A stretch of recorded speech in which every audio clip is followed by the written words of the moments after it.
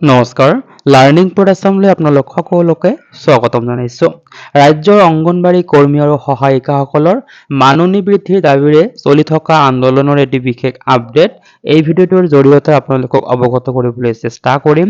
আশা কৰোঁ ভিডিঅ'টো শেষলৈকে চাব আৰু ভিডিঅ'টো চাই কিবা উপকৃত হোৱা বুলি ভাবিলে আগলৈকে শ্বেয়াৰ কৰিব। অংগনবাড়ীৰ দুখ বুজানা, আমাৰ ফালে এবাৰ ঘূৰি চোৱা না অ হিমু মামা।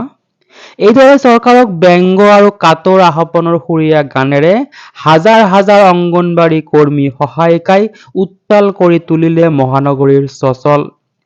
যি সময়ত উৰিষ্যাকে ধৰি কেইবাখনো ৰাজ্যই অংগনবাড়ী কৰ্মী আৰু সহায়িকাসকলৰ মাহেকীয়া পাৰিতোষিক 10,000 টকালৈ বৃদ্ধি কৰিলে, সেই সময়ত অসমত 1,12,000ৰো অধিক অংগনবাড়ী কৰ্মী আৰু সহায়িকাই আন্দোলন কৰিয়েই থাকিব লগা হৈছে। উল্লেখযোগ্য যে যোৱা 26 ফেব্ৰুৱাৰীৰ পৰা চচলত আৰম্ভ হোৱা অংগনবাড়ী কৰ্মী সহায়িকাৰ প্ৰতিবাদে অষ্টম দিন অতিক্ৰম কৰি নৱম দিনত ভৰি দিছে। কিন্তু চাৰিওফালে উন্নয়নৰ গংগা বোৱাই দিয়া বুলি দাবী কৰা ৰাজ্য চৰকাৰখনে এইসকল অংগনবাড়ী কৰ্মী সহায়িকাৰ সমস্যা বুজিবলৈ সময় পোৱা নাই। যোৱা 4 মাৰ্চ তাৰিখে মন্ত্ৰী অজন্তা নেওগৰ লগত অংগনবাড়ী কৰ্মী আৰু সহায়িকাসকলৰ এক আলোচনা অনুষ্ঠিত হয় যদিও এই আলোচনাতো কোনো সুফল পোৱা নগল। অংগনবাড়ী কৰ্মী সহায়িকা সন্থাৰ বিষয়ববীয়া জানিবলৈ দিয়া মতে মন্ত্ৰীগৰাকীয়ে তেওঁলোকৰ পাৰিতোষিক বৃদ্ধি কৰিব পৰা নাযাব বুলিহে আলোচনাত প্ৰকাশ কৰে। উল্লেখযোগ্য যে ৰাজ্যৰ পৰা 60,568 গৰাকীৰো অধিক অংগনবাড়ী কৰ্মী আৰু প্ৰায় 60,508 গৰাকী সহায়িকাই নিজৰ পাৰিতোষিক বৃদ্ধিৰ দাবীত যোৱা 10 অক্টোবৰতে আন্দোলনৰ কাৰ্যসূচী ঘোষণা কৰে।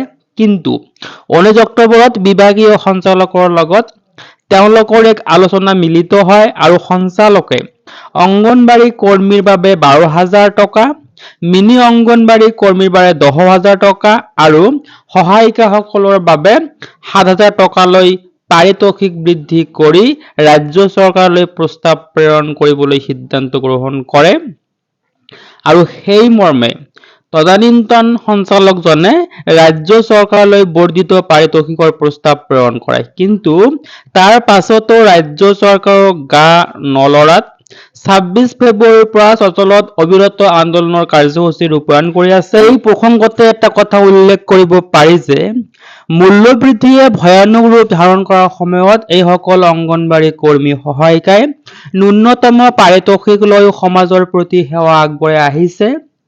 যোৱাকালি মন্ত্ৰী অজন্তা নেওগৰ লগত হোৱা আলোচনা বিফল হোৱাৰ পাছত এইসকল অংগনবাড়ী কৰ্মী সহায়িকাৰ ভৱিষ্যত কি হ'ব সেয়াও অনিশ্চিত হৈ পৰিল।